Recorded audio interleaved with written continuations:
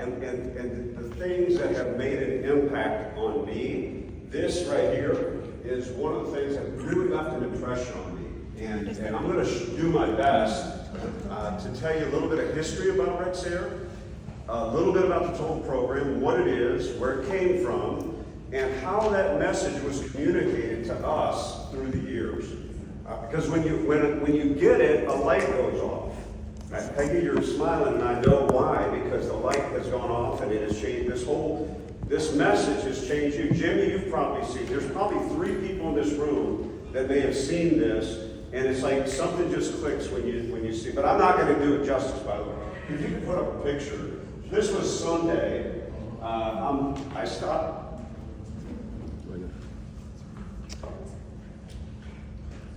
You got it, buddy.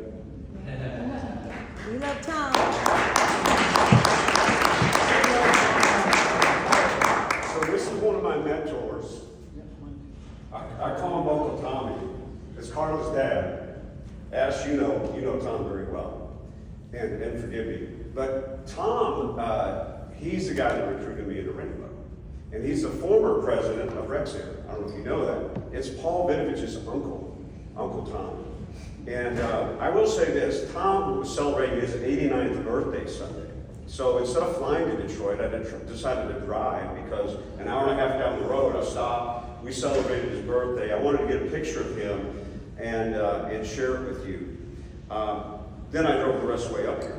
And then on the way home, I get to stop and meet my grandson in Bowling Green, Ohio, and have lunch with him tomorrow, and I'm looking forward to that. But anyway, back in the 1980s, when Rexair was a very small company, honestly, and they were just trying to really get some traction, the total program was introduced. And I don't really know who thought of the total program. It was probably, honestly, a combination of a lot of different people.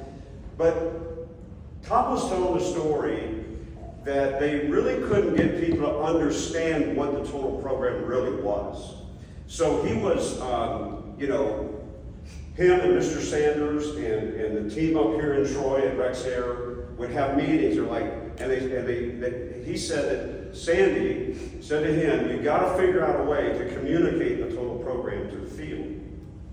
And Tom said, the more he thought about it, he just couldn't get it, just couldn't understand what was it. And they would have another meeting a month later, and then he would be thinking about it and thinking about it. And he said that he came home one night, and his son Tony, my brother-in-law Tony, was doing a science project. He was 16 years old, and he was doing a science project on how to create steel. And Tom said that Tony was asking him questions, and he sat down, and Tom's a former school teacher, by the way, Vicki. And so he was going through the process of how to make steel, and Tom goes, "That's it.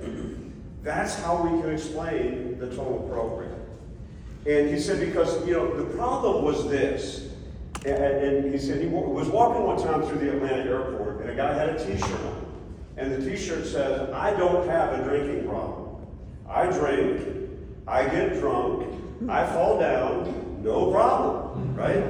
And the point is this. He said, I would go visit distributors, and they didn't know that they had a problem because they were making a good living. But nobody in those days was getting rich. Nobody was making their dreams come true. Nobody was setting any records. Nobody was taking the business to the next level. And so he said, listen, if we can get this message across to our people, it's going to change our business. And more importantly, like Mike said, it's going to change people's lives. Because we're in the business of changing people's lives. And he said, how do they make, and by the way, this is a stainless steel ball. It's really a pretty beautiful piece of, piece of material. It's really heavy. You want to feel that? All right, go check that out. It's pretty stout, isn't it? But this is a stainless steel ball. So as he was talking to Tony about how you make stainless steel, what they do is to make stainless steel, you got to get a piece of iron ore, and you put it in a furnace. You put it in a smelting pot, you put it in the furnace, and you crank the heat up on this thing. And what happens is it starts to melt. And as it melts, all the impurities rise to the top. You scrape off the impurities, and then when it cools, you get a piece of iron. So it goes from iron ore, and now you've got some iron. And that's the first grade of iron, by the way. But if you want to get it to the next level, and by the way, The example is this. He said that the problem that they had was finding a total person. They had a good program, but how do you find a total person? And so the idea was this. If you take a person, this is going to represent you, the distributor, or your person, okay, that we're trying to develop. And if we take them and we just take them through that first step, where we take them from a new dealer knowing nothing, we teach them a demo, now they're iron, they still aren't a total person. They can't survive in the rainbow business. Are you with me? So we got to put them back in the fire. And we got to crank the heat up a little bit longer, a little bit higher, and let more impurities come out. And this is like when you teach a dealer, you took that person and you taught them the demo. Now we teach them how to get in a home and how to pull leads and how to stay in the business, right? But they're still not a total person, all right? So we got to put them back in. Now we have a second grade of iron. You put them back in the smelting pot. You crank the heat up a little bit more, and more impurities come up out of the iron, and you scrape those off, and then you get the highest grade of iron. But now this is still not a total person. They know how to demo. By the way, we teach them a simple demo. Keep it simple, right, Reggie? We teach them all the lead programs. We teach them how to manage their finances, right? But we got to put them back in the furnace. We got to crank it back up. And now you create steel, the first grade of steel, okay? You teach them how to manage their finances, and you teach them how to think properly, okay? Because our mindset in this business, like Mike was just, all the stuff Mike just shared with us was what? All about your mindset, right? So we teach a person how to think, and now they become steel, but they're still not a total person. Because we got to start with the right kind of person, and then if we can surround this person with a total program, then we're going to have success. So again, we're talking about when the heat's on. What was Mike just talking about? Maybe you've been through it this year, Elias. Maybe Jay Johnson has had the heat cranked up on him. You're becoming a total person. And what we're looking for is to develop total people. And I gave you a definition of this earlier. It's a person that has character. That's the heat being turned up. It's a person that knows how to do a simple demo on how to sell a rainbow. It's a person that can survive, as John Nordinger says, in the business because they know how to get in front of customers. They know every lead program. They know how to manage money, and they know how to think. Now, we've got a total person. But this particular steel ball is not just a steel ball. This is a stainless steel ball. The final phase that they do, they put it back in the smelting pot, crank up the heat, the highest level, they add a little bit of chromium to it, and it becomes stainless steel. This is a solid stainless steel ball. You could take this ball right here and bury it, a year later come back and unearth it, and it won't have a bit of rust in it because it's pure stainless steel. The point is, when we start with the right person, this is you, this is me, this is the person we're trying to develop, we got to get into that place. Now, I want to ask you a question. What is this right here? P. I'm sorry? P. It's what? P. It's a P. Okay. What is this? It's a P. No, this is multiple P's. Right? Thank you, Lane. I'm Lane. And this right here is going to represent, so we've got this total person that we've offered this opportunity to, and we're going to surround them with some people. I'm sorry, I got the wrong steel ball there. I'm going to go this ball now, and we're going to take these people, and this is what Sam Musa shared with us today. We've got to have a training class turning out every single week, no excuses. I don't care, like Mike said, if they're casual recruits, if they're personal recruits, if they're in-home recruits, if they're media recruits. Our commitment in this room is we're going to do a media hire every week because we got to have a lot of people. So you take this total person who understands our business and you surround them with people, and let's see how they fly. It just doesn't fly. So we're missing something, obviously. There's something here that we need to add to this person, because by the way, if you don't add people to this person, all they're ever going to be is a dealer, ever, until you add those people. But and I want to ask you a question. Are we in this room committed to adding people every single week? Yes. Okay, would you say yes? Yes. Okay, good. So what is this right? The next thing, what letter is that? P. It stands for, by the way, this is people. This stands for preparation. And I had an H back there in my bag that I wanted to hold up right here. That stood for, say it again, preparation? Preparation. What, if I had an H, it would be one. Preparation H. This is going to save your rear end, just like preparation H. If you put this in your office. But this P represents preparation, and this is what Todd Gegelman talked to us about today. That we're going to get them close to the river, close to the water, close to the source. That we're going to invest in these people, and we're going to prepare these people. We're going to make sure they know how to demo the rainbow. We're going to make sure they know how to sell a rainbow. We're going to make sure that they can do a great presentation and that they know how to nail it. So now we got this whole person who's a distributor. And they're surrounded by people who are prepared. They know how to put on a good, qualified demonstration. Now let's see if this baby's going to fly. And it's just not going to fly yet. But we're getting there, and maybe there's a couple more things that we need to add to this, okay? So what is this right here? P. That's a P.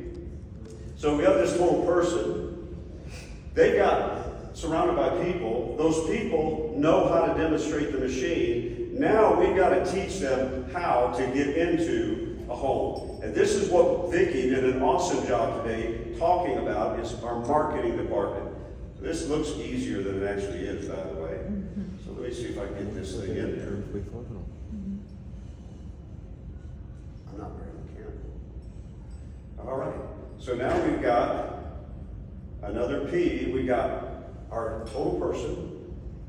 They're surrounded by people. They're prepared. But we've hired a marketing department. We hired a right-hand person, the most qualified person in our organization that's going to help our people get on demos, teach them to be self-sufficient. They know every lead program. We're going to meet with that person every day, and we're going to create a marketing machine. We're going to have volume demos. We're going to make sure that if people want to get in a home, we're going to help them get on as many demos as they want, because we've got a marketing director who's a qualified person. They run every lead program possible. Like Vicki said, we've got a game plan, and now let's see what happens to this dude.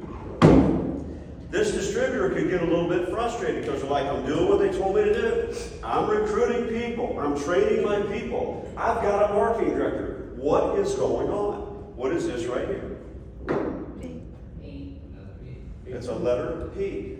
And this is going to represent promote. Tiffany, I believe, did an awesome job today. And Tiffany, thank you for the job that you did. But what she talked about is keeping your people excited long or short term. She talked about making sure you spend time with your people, know what motivates them, putting them in contests and keeps them excited for short spurts. So this stands for daily, weekly, monthly contests that keep your people excited. By the way, your contests need to be desirable, as Tiffany talked about, and they also have to be achievable. Don't set the bar so high where somebody can't hit your promotion, because you're just going to discourage them and you're going to lose trust with those people. But now we got this whole person who is surrounded by people. They are prepared. They know how to show the product. They have a qualified marketing director, and they're excited short term with a good contest. And what do we have here? It's still not working. Now, what I'm talking about here is building a rainbow organization. I'm talking about building your office. And we all understand the frustration when things don't go our way. But there's a couple other key ingredients that we can't leave out in this example. What letter is that right there? And this stands for propel. Bob Akers, I think, did an amazing job talking about how we've got to offer opportunity. And by the way, Bob is looking for ways to promote people. He's not looking for reasons not to promote people. He's finding solutions to the challenges, and he's not holding people back. He's moving them forward. He's got a true north, but he's offering opportunity, opening outlets, and keeping people's dream alive, keeping them moving to the next level, and that's long-term motivation. So we got this distributor who's a total person. They've got people. They know how to demonstrate the machine and sell the machine. They know how to get in on, or they're in training. They know how to get in a home. They've got contests that keeps them excited every day. By the way, for things that produce results, not just sales contests, but lead contests, recruiting contests, whatever's going on. And now we got, I've got a long-term opportunity, and like Mike said, that board right there, that's the piece of paper in the back pocket that I've talked about for the past couple of years. So let's see what we got here. And man, it's still just not flying. I don't know if you're paying attention to what Mike Zomer talked about, but there's another P here. And this is the final ingredient. And I want to take just a minute here and drive this one home, because this is one that we miss a little bit. And this, what letter is that? P. This P stands for records. Well, I mean, it wouldn't look very good if you put an R in there, you know. But we're going to take a peek at our business every week. Now, this is something that I see a lot of people doing, by the way. We've got RBO today. Mike put up a picture of the total program report that we've always had.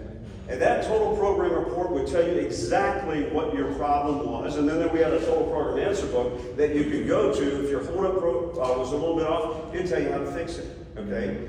Our responsibility, and by the way, these are the 6 things that I want you to commit to doing when we started this meeting today. I want you to commit to having a turnout class every week. I want you to make a commitment to training in a daily meeting every day. I want you to make a commitment to hiring a qualified person in your marketing department and meeting with them every day and running all those lead programs. Commit to running great contests with your people. Commit to offering everybody that comes through the door a great opportunity, and then commit with the people you are working with, whether you're distributors that you promoted out or the people that you are working with in your team, that you're doing a weekly analysis of your business.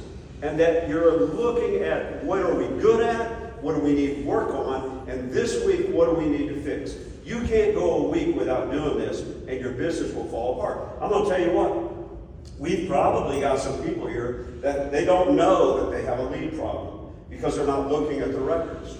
They don't know that they've got a recruiting problem because they're not looking at the records. But when you know what your problems are, or your challenges, we don't like to call them problems, but we know what our weaknesses are, in Rainbow, we can fix it. So now we've got a person who has people, they're prepared, they have places to go, they're running, they're excited about a contest, they've got a great opportunity, and if something shows up that goes a little bit out of line, we're going to fix it. And what happens to this person? Woo! Now we got to go. And that's pretty good. That's pretty good. But you know, the other P that we focus on in our business is our product. We've got the greatest product in the world, the Rainbow Cleaning System. And when you take this total person and you surround it with a total program and you put it on our cleaning system, baby, this thing will fly. And I'm going to tell you what, we've got a success right here. This is the total program.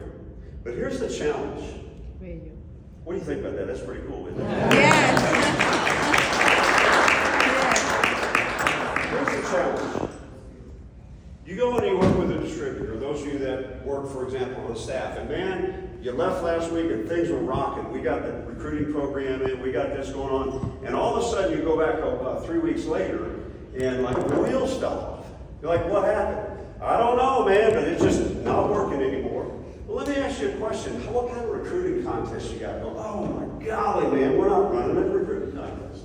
See, if you leave any one of these out, and I mean literally any one of these 6 P's, this mare just isn't going to fly. So you go back in, this is why we look at the records, by the way, and we say, oh, we got a little situation here with recruiting. Let's fix the recruiting program, and we put it right back in, and before you know it, baby, we're off to the races again. But it's a constant challenge. It really doesn't make, once you get it going, you got to make sure that you monitor all 6 of these P's time and time again. This is my vision that I was taught of Rainbow.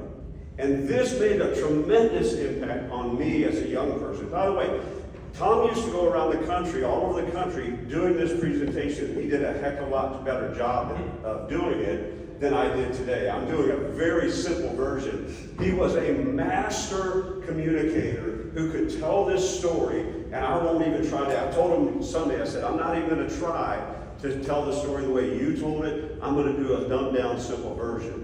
But I hope you can see the value of these 6 P's. So when we say in 2026 we want to get back to the base 6 of Rainbow, what are the base 6? They're the 6 bases of the total program. People who are prepared, who have places to go, who are excited by contest, motivated by opportunity, and we have a record-keeping system that we're monitoring and overseeing the business, so if something gets out of line, we can fix it. Guys, this is what we want you to buy into the rest of this year and as we run into 2026. I've had one person today come up to me and say, hey dude, I'm all in. I'm not going to tell you who that one person knows who they are. And I appreciate that person saying that to me, I really do. Some of you, you don't even have to tell me because I already know, by the way. Some of you, I've gone up to you and I've already told you, hey, I'm not worried about you. I know you're in.